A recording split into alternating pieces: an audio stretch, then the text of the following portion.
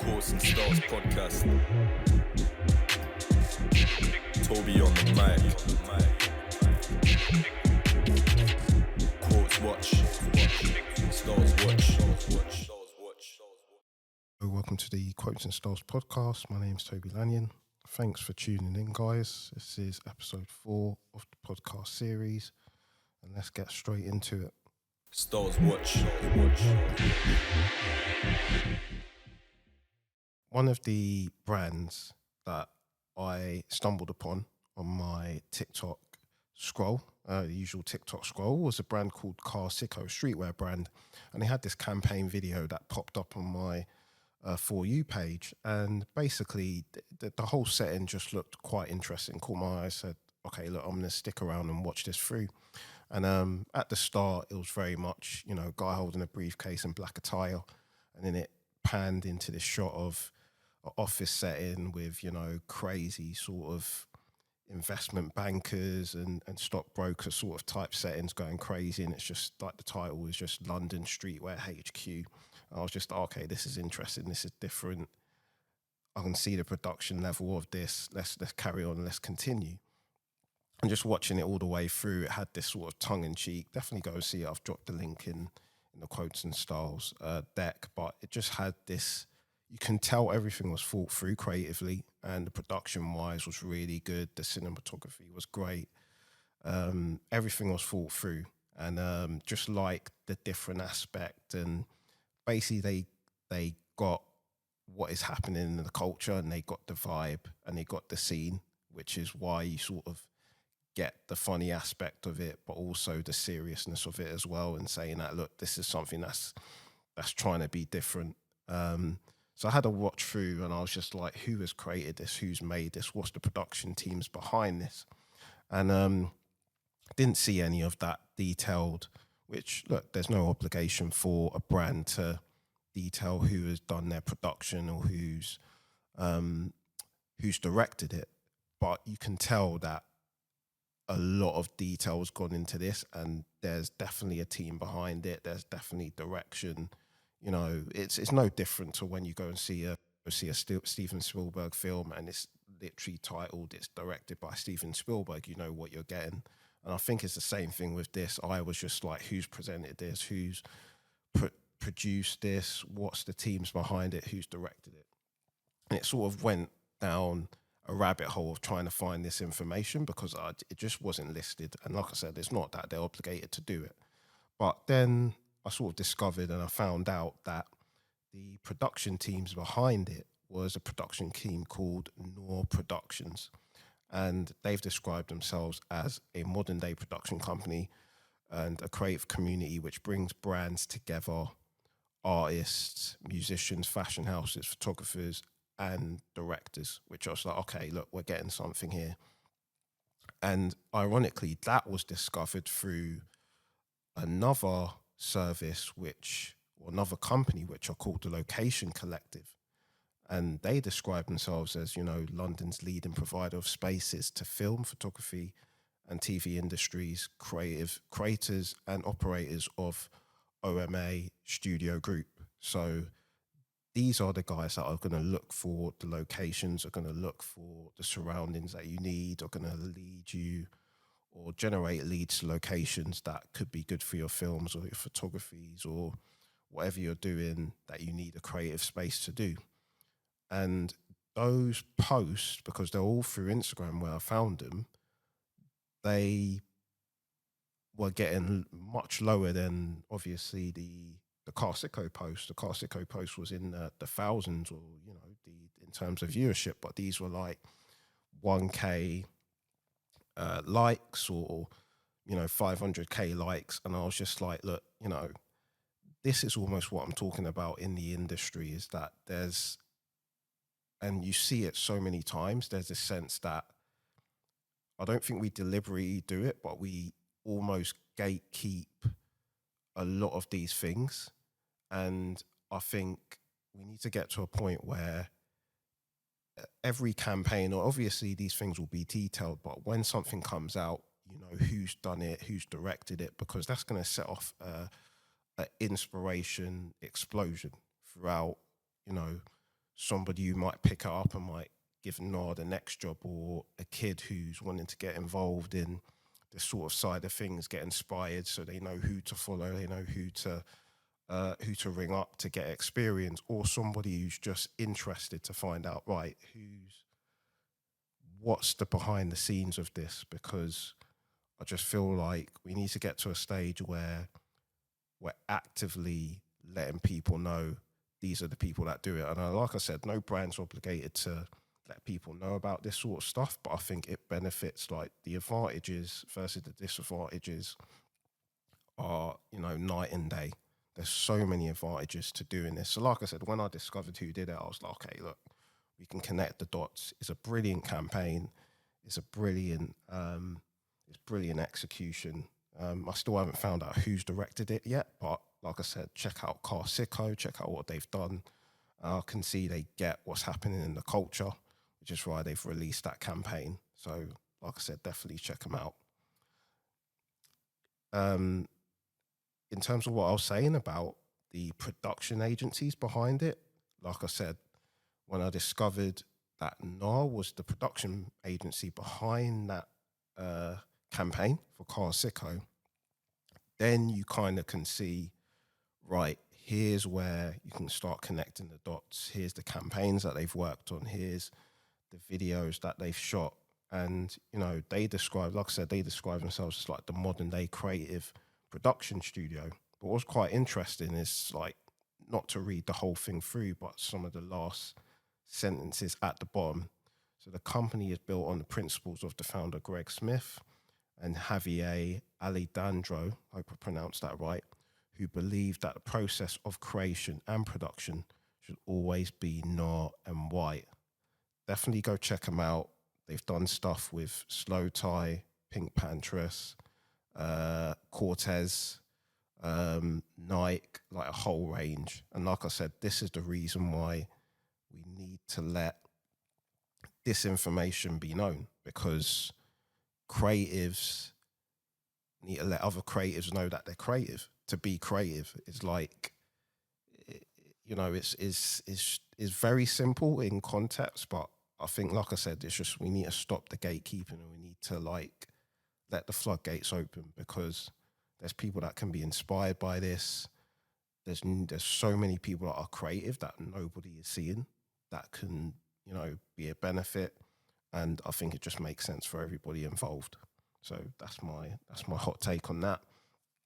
Like I said before, location spotting as well is a big thing as well. It's something quite new to me that I found that there's a service that will find you locations, but it makes sense because you need a location to do a photo shoot, or you need a location to do to film a set or a movie shoot. Where do these locations come from? People can't pull them out of thin air. They have to get spotters. They have to go find people to research them, and that's where companies like the Location Collective come in. Check them out. Check their website out. They've got a great link and so many locations that they listed out, and it can inspire anybody. So definitely go check those guys out as well to see how you can then be inspired. So we have to talk about Jacquemus, the brand that trusts their marketing team to a T, because some of the stuff that they've released in the past few weeks to few months has just been incredible. And if any of you guys have seen it, they've done campaigns, or they released 2 campaigns, which one of them was their iconic handbags going through the streets of Paris in a sort of like conveyor belt of just these 3 handbags that go through. And literally, like, everybody was like, this is genius. This is a brilliant viral campaign, a brilliant guerrilla marketing campaign. Who's the marketing team behind it? Like, give them the promotions. They're trusted. Like, basically everything that you can think of, this brand is doing it in the space. And it just is a good example that, like I always keep on saying, when you engage the culture at the street level, everything is going to take care of itself. Like, I think there's so much focus on doing things in the digital space, which you need. You need that digital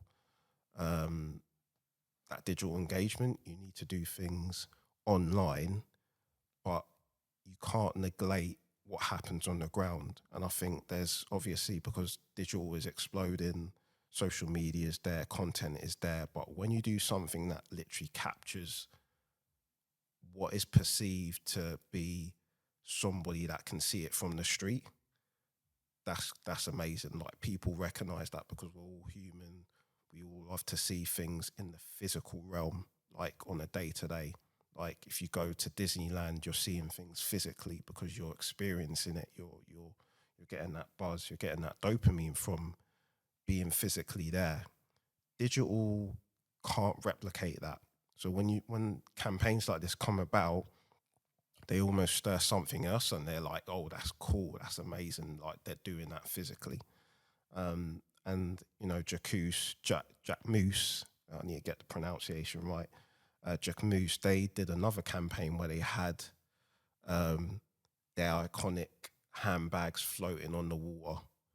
I don't know where the location is, but it almost similar to what they did in Paris, and it was the same sort of feedback as well. So, look, it's just a recognition that if you do things on the ground, everything is going to take care of itself. So definitely those guerrilla marketing tactics and those viral campaigns make all the difference. They also had a recent pop-up as well, from a physical point of view, where everything is almost, and it was in Paris, everything is almost like in the design of their handbag. And I've dropped images in the deck, and you'll see, like, it's just, they've just taken a very, very simple product that they have, replicated it, and transported it into various different mediums. That's literally it. It sounds simple, but I think a lot of brands just complicate things. And I think when you take a simple idea, you do it, or you put that idea in places that people don't expect, that's where you're going to get the engagement. That's where you're going to get the eyes, the eyes on your product. And I think Jacquemus is doing things, and definitely follow that brand and check them out. The one thing that and it's only today that I noticed, was all of these campaigns, the handbags in Paris, the handbags floating on the ship, they weren't actually physically there. They were done by a 3D artist called Ian Padgham, who has kind of created these 3D models to do various similar sort of things in a 3D space that look real, like using live footage, but obviously these aspects of 3D. But it's so good, the 3D elements are so good that you can't tell they feel like they're actually there. So for me, it's almost made the campaign even more crazier that they were actually 3D elements. I think you could physically do them, but it just shows you that whoever's behind the marketing of Jacquemus is just, they've sorted it out. They've got their thing to a T. So definitely keep on following that brand and see what they do in the future. So another brand called Tropic Colour, which do a lot in the film and cinematography space. They help a lot of content creators, and they have a lot of resources for people in that space that make films or make content.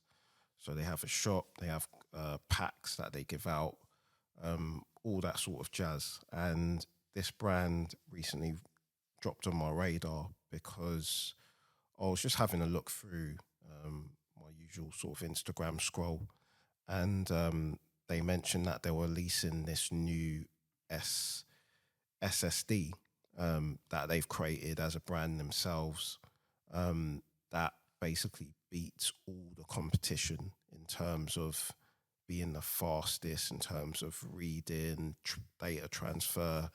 They've done tests, and it looks incredible. Like, definitely go check them out. I was just amazed, and when they showed one of the comparisons, it's like terabytes of information literally getting transferred in like minutes or seconds. So it's definitely one to check out and definitely one to see. But one of the things that I usually do with these sort of brands is because I know they tend to have sample packs, and look, I'm dabbling in the cinematic slash film creating content industry, and I use like After Effects to create videos, create animation. So I knew they would have free sample packs, and usually with these sample packs, they're anywhere between, you know, like less than a gig or 500 MB. They usually are what they called sample packs, so they give a sample of what they're offering. When I went on the page, it said, you know, sign up to our email and we'll send you a link to our sample pack that has one of every pack that we offer. I was just like, great, okay, look, I'm sure there'll be some cool stuff in here. Literally, one on the link, it's 6 gigabyte, and I was just like, 6 gigabyte for a sample pack? This can't be serious. This got to be a joke. This has got to be a wind up. There's no way a sample pack is 6 gig. Maybe I don't know. Maybe it's something. So I'll click the download, go and watch TV, let it run, come back, open the files, and it's like 6.44 gigabytes worth of files. And literally in there's like treasure troves of assets for content creators. I was just like, this is insane.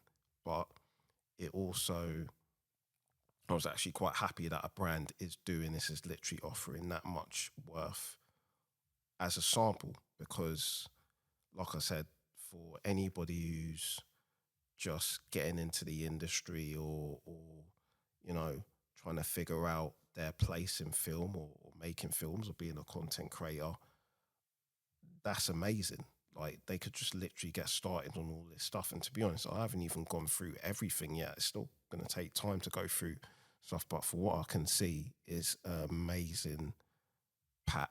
So if anybody is in the film space, anybody in the content space, definitely go and download that sample pack, sign up and download. And they've got other amazing packs from what I can see on their website. Look, there's other brands that are doing similar sort of things, but I haven't seen anybody yet that's offering a 6.44 gigabyte worth of samples. That's just insane. But it's also what I'm saying about this industry, when you get people that are sharing the love, sharing the assets, not gatekeeping, even just a sample. They don't have to give everything. That's going to come back in positive realms for them. And it is twofold. People be like, oh, you know, Tropic Colour helped me get started in the industry. You know, you never know, that person could end up going to work for them. So definitely have a look and definitely sign up. No other business or no other personal brand in this space that I've seen is offering a 6.44 gigabyte sample pack for free, that they're literally just sharing and caring and giving away. That's amazing. And that was an automatic follow for me. Like, the stuff that they're doing with the SSD is big enough, game changing enough in the space. But even just that small gesture, it's like, look, I'm following this brand. I know they're going to release stuff. I might even buy some of their stuff, some of their packs, because if they're able to give that for people that are starting out, it shows that why they're in this space and why they're doing this thing. So another brand which was on my radar a couple of years ago, and they had an interesting story, was a Japanese anime studio, which is black owned, which is quite interesting in itself. And they're called the Art Satajo. So definitely go check them out. And the owner is a guy called Afel Isom. I hope I pronounced that right. But he's based in Tokyo, so their studio is based in Tokyo. It's American owned. And their whole premise is to create authentic Japanese quality animations. And they've done stuff with the likes of The Weeknd. They've done stuff with Jay-Z, Pharrell, and a mix of different sort of anime styles. They also did the recent Star Wars animation or Star Wars Visions. So definitely an anime studio if you're into anime, but want to see a different sort of take on it. Definitely one to check out, and I've dropped their link in the deck. So it's Dart Sachijo Studios. I hope I pronounced that right, but like I said, they're based in Tokyo, and the director is Arthelm Isom. So definitely go check out his work and go check out the studio's work. Another thing that popped up quite recently in the fashion space was a post that Hypebeast posted on their social media about Asian and Pacific Islanders designers in the fashion space or their brands. And this was quite interesting because you don't really see a lot of or focus on Asian designers or Asian brands in the sort of fashion space. Like everything's very geared to focusing, the typical fashion houses, but definitely Asian designers, like that space is quite interesting. I'm quite new to it as well. I'm new to fashion generally, but so one of the brands on that list, and they're all great lists, definitely go check them out. I've linked the link to the Instagram post on the Quotes and Style podcast decks. But one of the brands called Lundan, which I pronounced that right, I think they're about to bring out a collection that hones in on a spotlight. Now, I didn't realize this, and the ironic thing is I've got the same name as it. Spotlight on construction workers, and basically the company that they work for is a company called Toby Zombon, which I hope I pronounced that right. But their attire or the pants that they wear are AKA Toby pants, which I felt quite interesting. And obviously my name's Toby as well. But they're basically commonly worn, and these pants are they're almost like the equivalent of the pants that construction workers wear in the UK here, like the ones that you see on like the national rail lines.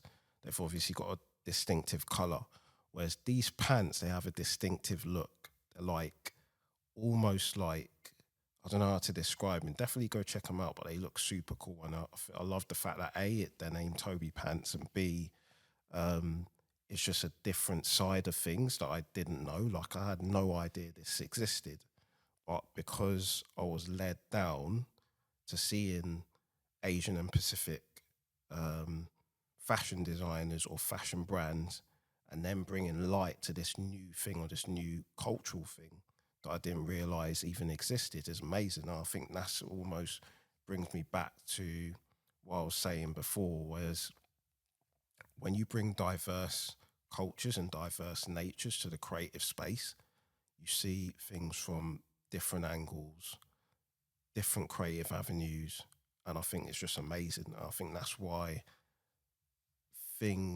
diversity in the creative space isn't a negative thing. It's not something that you're going to be disadvantaged. It's something that increases your creativity.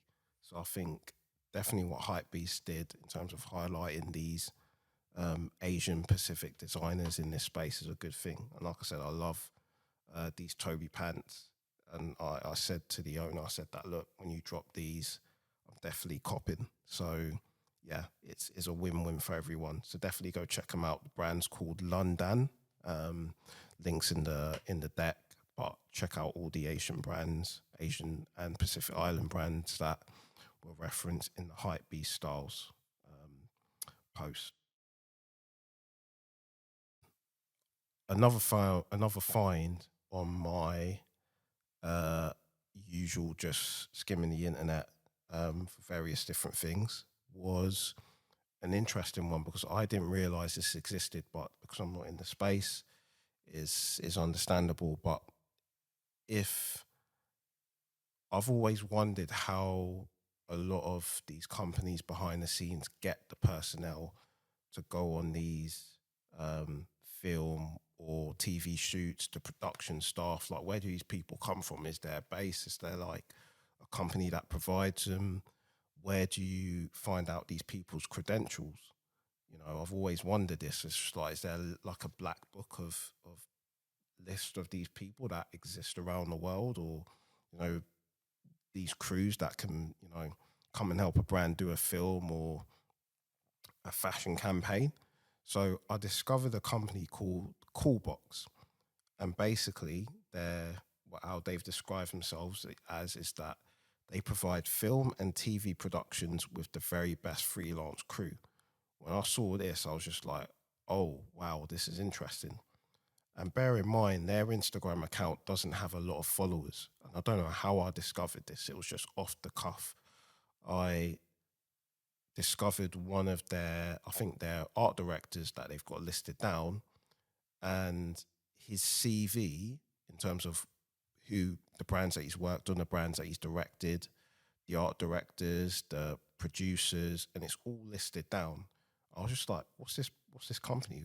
What's Coolbox? What do they do? And it's basically a treasure trove of freelancers in the film and production space. So if you need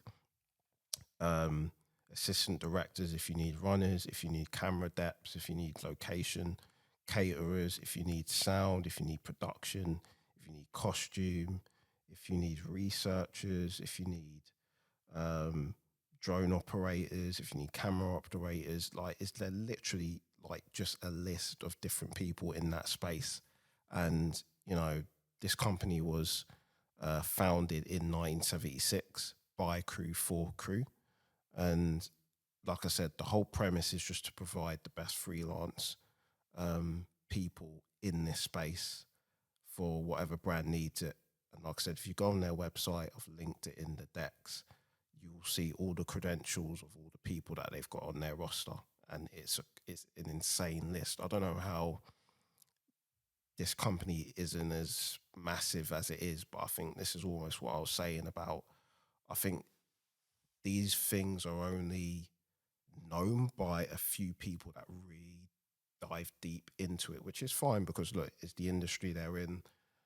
It's not something that somebody that's not in the space is going to need to know. But for me, if more people know about this stuff, that's a benefit, because if a brand needs a campaign now, they know who to go to. They know who to go to if they need something, if they need individuals, if they need the expertise. So sharing is caring, and I couldn't believe that I discovered this, but go check them out. They're called Coolbox. It's a UK-based brand, but I think they've got global reach in terms of what they do. So yeah, definitely check that brand out for sure. Another, and this is a little bit different to what I usually share, but another thing that I sort of noticed in the space in terms of creative space was the EA Sports rebrand. So anybody who knows the background behind this was that FIFA basically asked EA to pay more money for them to use the rights to be called FIFA, which is, in a sense, it sounds ridiculous because EA Sports and FIFA, they've had this long-term partnership. Anybody who's grown up in the 90s or grown up in the 90s knows that EA Sports or FIFA is linked. The brands both brands are synonymous, you know, they're intertwined. But FIFA basically, I think, reached out to them and said that, look, we understand what our brand means. We feel like you should pay more on EA Sports. So like, look, that's fine. We respect that, but we're going to crack on doing our thing. We don't really need the FIFA name. You know, we can come up with our own thing, you know, but it's fine. Look, if you want to take the FIFA name away from us, you take it away from us. And that's basically what they did. And the rebrand of what the brand was going to become without FIFA was amazing, but it's more the visualization of it. And there's a creative studio called Uncommon, and they were in charge of doing the rebrand. And basically what they did with this rebrand is they took a very simple concept, which is recognizable from anybody who's played the FIFA games from the 90s till now, from a historic nostalgia perspective, took this one concept, which was the triangle that highlights the players in the game, which is so synonymous throughout the FIFA games. Like if you're playing Ultimate Team, you go and pick a player or you select a player, whichever player you're being selected is being selected. That player has a hovering triangle on their head, so you know they've selected them, and they've basically taken that and they've made the brand or they've carved the brand from that aspect. So it's almost taken something that's very nostalgic, very recognizable, and bringing it into a new dimension for the future. And just the way it animates and how they showed how they came up with that brand from the game, the triangle in the game hovering above its head, to EAFC or EA Sports FC is pretty cool. And the agency that did a lot of the animation work were an agency called Buck. Sort of linked both of their URLs in the decks. So if you want to go check it out, but it's one of those rebrands that you see and you just be like, oh, I wish I would have done that, or I'm super jealous because they've taken something that, like I said, is so synonymous with FIFA, or it can't really be called FIFA now, but that's another question because everybody's still going to call it FIFA. It's just one of those things that I don't think FIFA are going to be able to get away from, but they've just taken something very simple and, you know, expanded on it. So yeah, it's a great rebrand. So on episode 2 of the podcast, I talked about the benefits of attending exhibitions, the benefits of seeing art exhibitions in person as opposed to viewing things digitally, and a couple of exhibitions which I saw personally, which I think they've ended now, were the David Bowie exhibition, Beyond the Street, and Gabriel Moses Regina at 180 Studios. So these were amazing exhibitions, and I think, like I said before in the previous episode 2, there's always a benefit to go and seeing this in person. So check out as many exhibitions as you can. But luckily, there's another exhibition at 180 Studios called I Love Campbell, and it's showing the photographer Campbell Addy, his work, his amazing work. So definitely go and check it out. It's running till, well, from the 11th of May till the 4th of June. So there's still some time to go see his work. So definitely go check it out if you're interested. And like I said, there's always benefits of attending exhibitions, and this one's reasonably priced as well, so it's not going to break the bank. Quotes watch.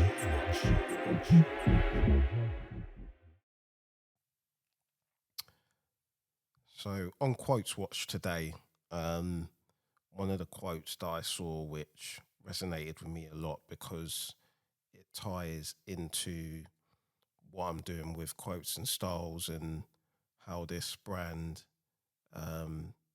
was conceived and basically even started. And it was a quote from Cleo Green, the musician, and he basically said, I respect anybody who's pulled an idea out of their brain and fully brought it to life. That shit is spiritual. To know that it started as a thought and you brought it into fruition is crazy. Shout out the ones who see it all the way through. Keep creating. And I think it's true. I think I've always said this, like, ideas don't just come from nowhere. Like, to have an idea and to bring it to life is a very deep thing. It's not something that, you know, like, it should be taken really lightly. It's just the concept of it. Think about it like you've had something that has sparked, you've seen something, or you've experienced something. It could be, I don't know, from trauma. It could be something quite massive in your life that sparked an idea. That idea sparked what you're doing now, or what others are doing, or what others are wearing, or what others are seeing, or what others are watching. And yeah, the creative industry is an industry of ideas, and I think we can't forget that ideas come from somewhere. It doesn't matter whether it's something big or something small. You know, your idea hasn't got massive TikTok followers or massive viewership. If it's something that you've birthed, you had it in your head and you created it and you brought it to life, like Cleo said, that's a massive respect there, because it takes more than just bringing that thing to fruition. Like I said, it's so deep that you can go into it for a long time, but it's that the quote says it for itself. It's just like, keep creating, because it's something that the reason why you had that idea is for a reason, and there's a reason why you've brought it to fruition, to fulfill something or fulfill purpose. So keep on doing it, keep on bringing those ideas to life. And yeah, that's it for today in terms of the Quotes and Style podcast. So I had a bit of an accident a couple of weeks ago, which kind of stopped an earlier release of this, but we're here now, which is fine, which is the main thing. And like I said, things are going to kick off from the 7th of June in terms of Quotes and Styles. And yeah, it's an exciting time. So definitely keep following, keep listening in, because more is coming and we're going to take this brand to the next level. So the 7th of June, things will kick off, and I think I'll try and reach out to as many people as I can, but we start with what we have. And I think if there's anything that I've learned is to start with what you have and to learn as you go, and to not fear making mistakes, because when you fear, that just holds you back. So hope everybody has a good day, and see you on the next podcast. The Quotes and Styles podcast. Toby on the mic. Quotes watch.